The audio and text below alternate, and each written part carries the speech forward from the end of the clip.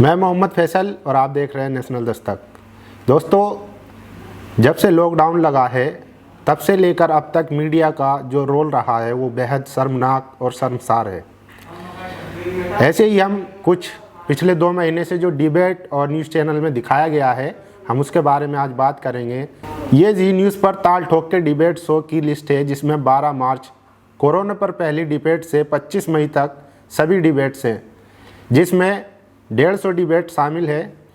उनमें से धर्म पर आधारित 31 डिबेट हुई है, जबकि अपोजिशन के खिलाफ 30 डिबेट हुई है और तबलीगी जमात पर 30 डिबेट हुई है। वहीं लॉकडाउन पर 23 डिबेट हुई है और 17 पाकिस्तान पर, 15 प्रो मोदी यानी कि मोदी की जय-जयकार में और 9 कोरोना पर, 8 कश्मीर मुद्दे पर और 3 शराब की बिक्री पर, कनिका कपूर पर 3, माइग्रेंट लेबर पर 3 और डॉक्टरों पर हमले पर 1, जबकि कोटा में फंसे छात्रों पर 1 और 1 पिज़्ज़ा डिलीवरी पर, जबकि 1 निर्भया का जो फैसला आया था उस पर हुई है। एक समाज इन्फॉर्मेशन से मजबूत बनता है। फर्जी सूचनाएं समाज की जिज्ञासाओं को मारते हुए उसकी नागरिकता खत्म करती चली जाती है। अब ये फर्जी सूचनाओं और नागरिकता का मेल कैसे हो गया, ये सवाल आप लोगों के जहन में ज़रूर आया होगा। फर्जी सूचनाएं इतना बड़ा संकट कैसे बन चली है?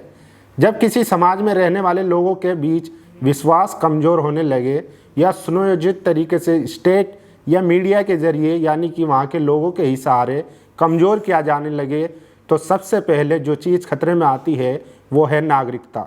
जहाँ नफ़रतों की बेड़ियों से जकड़ा समाज ना हो, गलत सूचनाओं से लैस समाज ना हो, सांप्रदायिक होती सोच ना हो, बल्कि सही सूचनाओं से तैयार की गई जनता हो, जो लोकतंत्र में एक अच्छा नागरिक बन सके, जो सवाल करने से डरता ना हो, अपने आसपास होने वाली घटनाएं उसे बेचैन करती हो और एक नागरिक के तौर पर अपनी भूमिका निभाने को प्रेरित करती हो।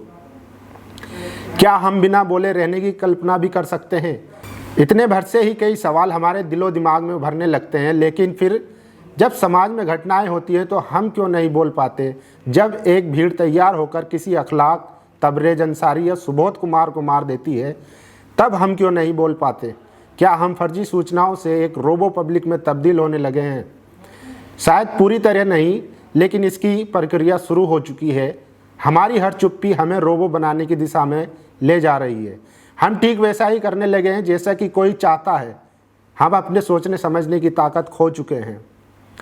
पिछले कई सालों में जो गोदी मीडिया के ज़रिए एक जाहिल समाज का निर्माण हुआ, जो अपने साथ कई गंभीर खतरे लिए हुए हैं, पिछले कुछ सालों में जो देश में भीड़ तैयार हुई है जिसे सांप्रदायिक आधार पर तैयार किया गया है, हिंदू मुसलमान समुदाय के बीच लकीर खींचकर किया गया है, वो आने वाले समय में और भी खतरनाक होगी।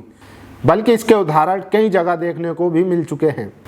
आप गोदी मीडिया को ही देख सकते हैं, और अगर इस पूरे पैटर्न को समझना चाहते हो तो आपको काफ़ी पढ़ना पड़ेगा। पहले लोगों को छोटी छोटी घटनाओं के ज़रिए सामान्य बनाया गया, जिससे उसे लगे कि जो कुछ भी हो रहा है वो सामान्य बातें हैं, लेकिन इसके पीछे चल रही योजनाएं बेहद ख़तरनाक है, जो भीड़ के रूप में आने वाले समय में तबाही मचाने वाली है। मेन स्ट्रीम मीडिया के कमज़ोर होते चले जाने पर एक नए तरह की वैकल्पिक मीडिया ने जन्म लेना शुरू कर दिया है। जो काम मीडिया के सहारे होना चाहिए था वो अब जनता कर रही है, जिसे नागरिक पत्रकारिता कहते हैं। इस समय गोदी मीडिया एक सूचना विहीन समाज बना रही है, जहां उसके सिलेबस में जन सरोकार या जनता के मुद्दे है ही नहीं। बस वो दिन रात लोगों के मन में डर का माहौल बनाने में लगी है। ये डर का संसार सांप्रदायिकता के सहारे बनाया जा रहा है। हर रात मेन स्ट्रीम मीडिया लोगों को गलत सूचनाओं से कमज़ोर कर रही है। ये सब एक प्रायोजित तरीके से किया जा रहा है, जिसे सरकार का सहारा मिला हुआ है। अब जर्नलिज्म लोकतंत्र का चौथा स्तंभ नहीं रह गया, बल्कि वो बीजेपी आरएसएस का पहला खंभा हो गया है। ऐसे में सबसे ज़्यादा जो नुकसान हो रहा है वो है देश की जनता का। एक डरा हुआ पत्रकार लोकतंत्र में हमेशा एक मरा हुआ नागरिक पैदा करता है। देश सही सूचनाओं से बनता है, फेक न्यूज़, प्रोपेगेंडा और झूठे इतिहास से हमेशा भीड़ बनती है। इसलिए आज हम देख रहे हैं कि कैसे मजदूरों को सरकार ने सड़कों पर मरने के लिए छोड़ दिया है और गोदी मीडिया सवाल तक पूछने को तैयार नहीं है। श्रम कानूनों में बदलाव कर दिया गया है। मासूम बेगुनाहों छात्रों को झूठे मुकदमों में जेल में डाला जा रहा है। एयरपोर्ट, रेलवे, बैंक सब बेच दिए गए हैं। लुटेरों भगोड़ों के कर्ज माफ़ किए जा रहे हैं, लेकिन कोई भी गोदी मीडिया सवाल करने को तैयार नहीं है, बल्कि उल्टा ऑपोजिशन और जनता से सवाल किए जा रहे हैं।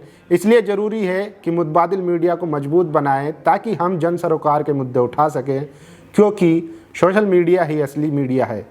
नेशनल दस्तक की आपसे गुजारिश है कि अगर इसको बचाना चाहते हैं तो नेशनल दस्तक को सब्सक्राइब करने के लिए रेड कलर के सब्सक्राइब बटन को दबाएं, फिर बेल आइकन की घंटी दबाएं।